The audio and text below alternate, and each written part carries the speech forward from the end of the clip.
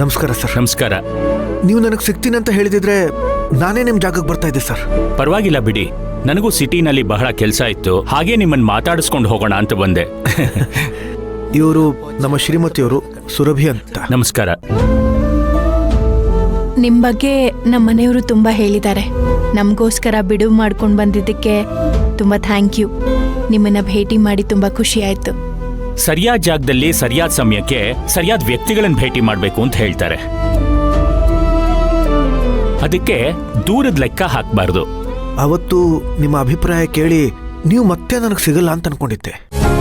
ಆದರೆ ಈಗ ನಿಮ್ಮ ನಿರ್ಧಾರನ ಬದಲಾಯಿಸ್ಕೊಂಡು ಬಂದಿದ್ದೀರಾ ಅಂದಮೇಲೆ ಏನಾದರೂ ಒಂದು ವಿಷಯ ಇದ್ದೇ ಇರುತ್ತೆ.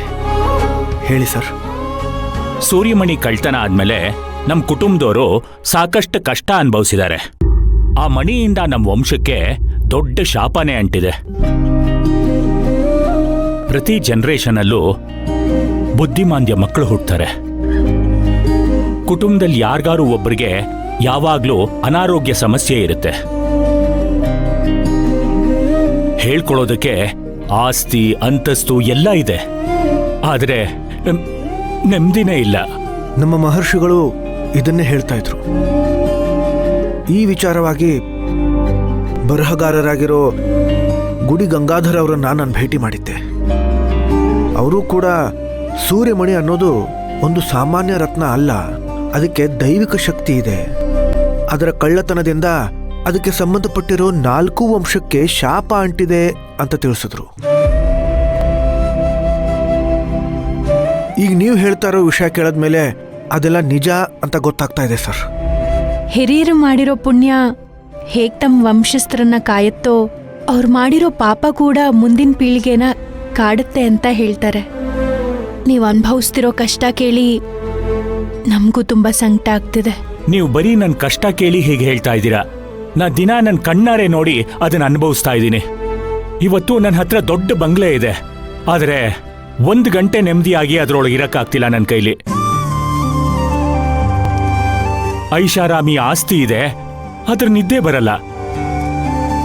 ಇಂಥದ್ದು ಬೇಕು ಅಂದ್ರೆ ಪಡ್ಕೋಬಹುದು, ಆದ್ರೆ ಮನೆಯವರ ಆರೋಗ್ಯನ ಪಡ್ಕೊಳಕ್ಕಾಗ್ತಾ ಇಲ್ಲ.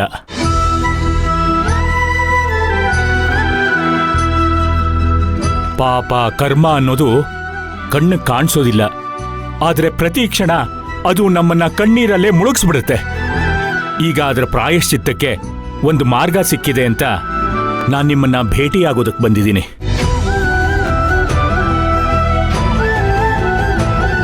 ನಾನು ನಮ್ಮ ಜ್ಯೋತಿಷಿಗಳ ಹತ್ರ ಸೂರ್ಯಮಣಿ ಬಗ್ಗೆ, ಸೂರ್ಯವಂಶದ ಬಗ್ಗೆ ಮಾತಾಡಿದೆ. ಅವರು ಈಗ ಬಂದಿರೋ ವ್ಯಕ್ತಿಗೆ ನೀವು ಸಹಾಯ ಮಾಡಿ ನಿಮಗೆ ಬಂದಿರೋ ಕಷ್ಟಗಳೆಲ್ಲ ನಿವಾರಣೆ ಆಗುತ್ತೆ ಅಂತ ಹೇಳಿದ್ರು.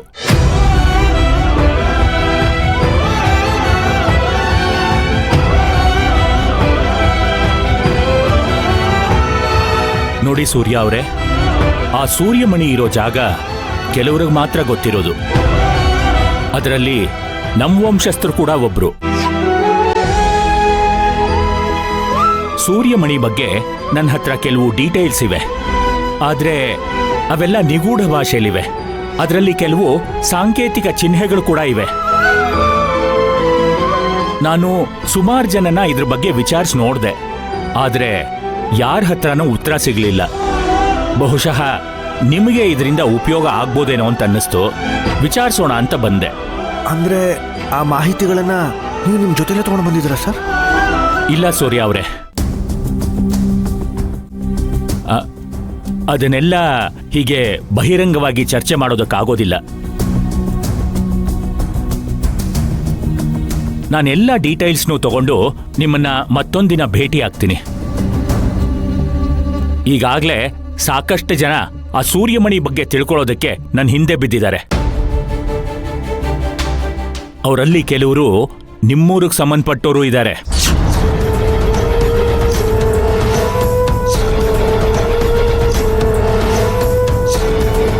ಅವರು ಯಾರು ಅಂತ ತಿಳ್ಕೊಬಹುದು ಸರ್? ಬೇಡ ಬಿಡಿ, ಈಗ ನಾವು ಮಾಡಕ್ ಹೊರಟಿರೋ ಕೆಲಸನೇ ಬೇರೆ. ಸುಮ್ಮನೆ ನಮ್ಮ ಕಾನ್ಸಂಟ್ರೇಷನ್ ಡೈವರ್ಟ್ ಆಗೋದು ಬೇಡ. ಆ ಸೂರ್ಯಮಣಿ ಬಗ್ಗೆ ತಿಳ್ಕೊಳ್ಳೋದಕ್ಕೆ ಸಾಕಷ್ಟು ಜನ ಬಿಸ್ನೆಸ್ ಮ್ಯಾಗ್ನೆಟ್ಗಳು, ಅಕಲ್ಟ್ ಪ್ರಾಕ್ಟೀಷನರ್ಸು ನನಗೆ ಬೆದರಿಕೆ ಹಾಕ್ತಾ ಇದ್ದಾರೆ. ಜೊತೆಗೆ ನಮ್ಮ ಮನೆಯವ್ರನ್ನ ಹೆದರ್ಸಿದ್ದಾರೆ. ಇದು ತುಂಬಾ ಸೆನ್ಸಿಟಿವ್ ಆಗಿರೋ ವಿಷಯ. ಅದಕ್ಕೆ ನಾನಾಗ್ ನಾನೇ ನಿಮ್ಮನ್ನ ಕಾಂಟ್ಯಾಕ್ಟ್ ಮಾಡೋವರೆಗೂ ಈ ವಿಚಾರನ ಎಲ್ಲೂ ಪ್ರಸ್ತಾಪ ಮಾಡಬೇಡಿ. ಹಾಗೇನಾದ್ರೂ ಮಾಡಿದ್ರೆ ಆಮೇಲೆ ನೀವೇ ತೊಂದರೆಗೆ ಸಿಕ್ಕಾಕೋತೀರ. ಇಲ್ಲಿ ಯಾರ ಜೀವಕ್ಕೂ ಗ್ಯಾರಂಟಿ ಇಲ್ಲ.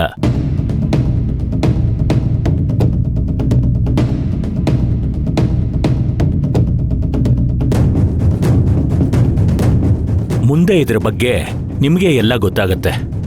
ನಾ ಇನ್ ಬರ್ತೀನಮ್ಮ.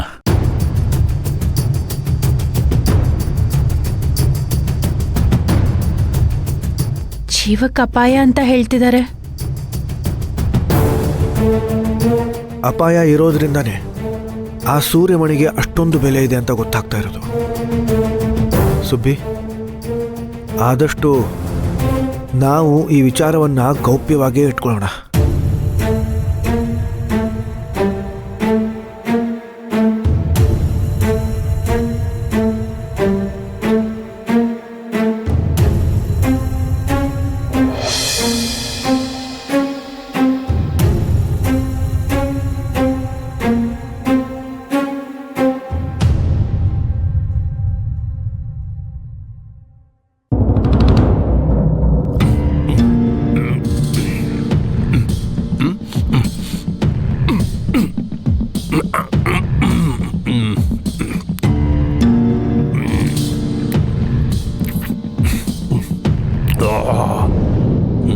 ಏಯ್, ನಿನಗೆ ಸ್ವಲ್ಪನೂ ಪರಿಜ್ಞಾನ ಅನ್ನೋದೇ ಇಲ್ವಾ?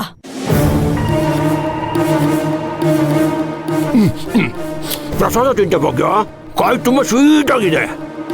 ಛೇ, ಯಾಕೋ ನನ್ನ ಹೊಟ್ಟೆ ಹಿಂಗ್ ಉರಿಸ್ತಿದ್ಯಾ? ನನ್ನ ಮಗ ಸೊಸೆ ಬಂದಿದ್ದಾರೆ, ಬೀಗ್ರಿದ್ದಾರೆ.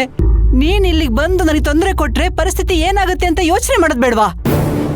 ನಾನು ಅವ್ರ ಕಣ್ಮುಂದೆ ಬಣ್ಣ ಇಲ್ಲ ತಾನೆ. ಯುನೋ ಸಮಥಿಂಗ್, ನನಗೂ ಇದನ್ನೆಲ್ಲ ಹೇಗೆ ಬ್ಯಾಲೆನ್ಸ್ ಮಾಡಬೇಕು ಅಂತ ಚೆನ್ನಾಗಿ ಗೊತ್ತು. ಓಹೋ ಹೋ ಹೋ ಹೋ ಹೋ ಹೋ ಹೋ. ಏಯ್, ಏನು ಭಾಗ್ಯ, ಒಂದೆಳೆ ಚಿನ್ನದ ಸರ ಹಾಕೊಂಡಿದ್ಯಾ? ಯಾರು ಮಗ ಕೊಡ್ಸದ್ನಾ? ಸೂಪರ್ ಆಗಿದೆ. ಅಯ್ಯೋಯ್ಯೋಯ್ಯೋಯ್ಯೋ, ಹಾ, ನೀನೇನ್ ಹೆದರ್ಕೋಬೇಡ, ನಾನೇನು ಆ ಸರ ಕೇಳೋದಿಲ್ಲ. ಬಾಡಿಗೆ ಮಗ, ಬಾಡಿಗೆ ಸೊಸೆ, ಬಾ ಬಾ ಬಾ ಬಾ ಬಾ ಬಾ, ಎಂತ ಶ್ರೀಮಂತ ಬಾಡಿಗೆ ಜೀವನ ಭಾಗ್ಯ ನಿಂದು. ಈ ವೈಭೋಗನೆಲ್ಲ ನೋಡ್ತಿದ್ರೆ ನಾನು ನಿನ್ನ ಹತ್ರ ಹೆಚ್ಚಿಗೆ ಬಾಡಿಗೆ ಕೇಳಬೇಕು ಅಂತ ಅನಿಸ್ತಾ ಇದೆ. ಇನ್ನು ಎಷ್ಟು ದುಡ್ಡು ಬೇಕು ನಿನಗೆ? ನೀನ್ ಕೇಳ್ದಷ್ಟು ದುಡ್ಡು ಕೊಟ್ಟು ಸೆಟ್ಲ್ ಮಾಡಿದೀನಿ ತಾನೆ. ಇನ್ನು ಬಂದು ಯಾಕೆ ಕಾಡ್ತಿದ್ಯಾ ನನ್ನ? ಆಸೆ ಬೊಗಸೆ ಅಷ್ಟಿದ್ರೆ ತುಂಬಿಸ್ಬೋದು, ಆಕಾಶದಷ್ಟು ಅಗಲ ಇದ್ರೆ ತುಂಬಿಸೋಕಾಗತ್ತೆ ಅಂತೀಯ? ಭಾಗ್ಯ, ನಾನು ಚಿಕ್ಕೊಂಡಿದ್ದಾಗ ಎಲ್ಲ ಮಕ್ಕಳು ಅವ್ರವ್ರ ಅಪ್ಪಂದ್ರ ಜೊತೆ ಮಿಠಾಯಿ ಅಂಗಡಿಗೆ ಹೋಗಿ ನನ್ಗೆ ಅದು ಕೊಡ್ಸು ಇದು ಕೊಡ್ಸು ಅಂತ ಕೇಳೋರು. ಆದ್ರೆ ನಾನು ಅಂಗಡಿನೇ ಕೊಡ್ಸು ಅಂತ ಕೇಳ್ತಾ ಇದ್ದೆ. ನಮ್ಮಪ್ಪ ಕುಂಡಿ ಕೆಂಪುಗಾಗಂಗ್ ಬಾರಿಸೋರು. ಅದು ನೋಡಿ ಅಂಗಡಿಯವನು ಕಿಲ್ಲ ಕಿಲ್ಲ ಅಂತ ನಗ್ತಾ ಇದ್ದ. ಒಂದಿನ ನಮ್ಮ ಏರಿಯಾದಲ್ಲಿ ಕರೆಂಟ್ ಹೋದಾಗ ಇಡೀ ಅಂಗಡಿಗೆ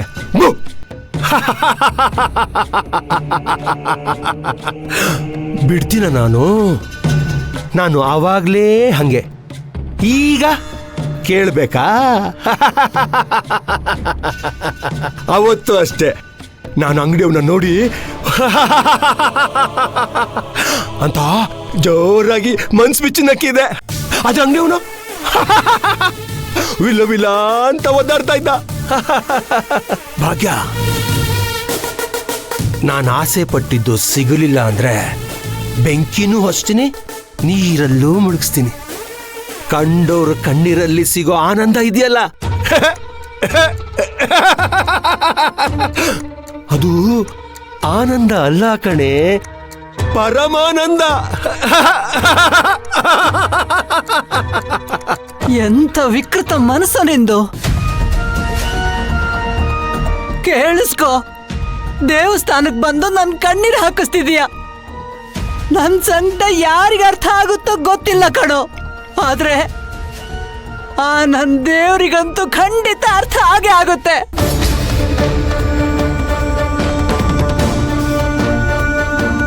ಇನ್ನು ನನಗ್ ಸಾವು ಯಾಕೆ ಬರ್ಲಿಲ್ಲ ಅಂತ ಗೋಳಾಡೋ ದಿನ ಬಂದೇ ಬರುತ್ತೆ. ಅದನ್ನ ನಾನು ಕಣ್ಣಾರೆ ನೋಡ್ತೀನಿ. ಇದು ನಾನ್ ನಂಬಿರೋ ದೇವ್ರ ಮೇಲೆ ಆಣೆ.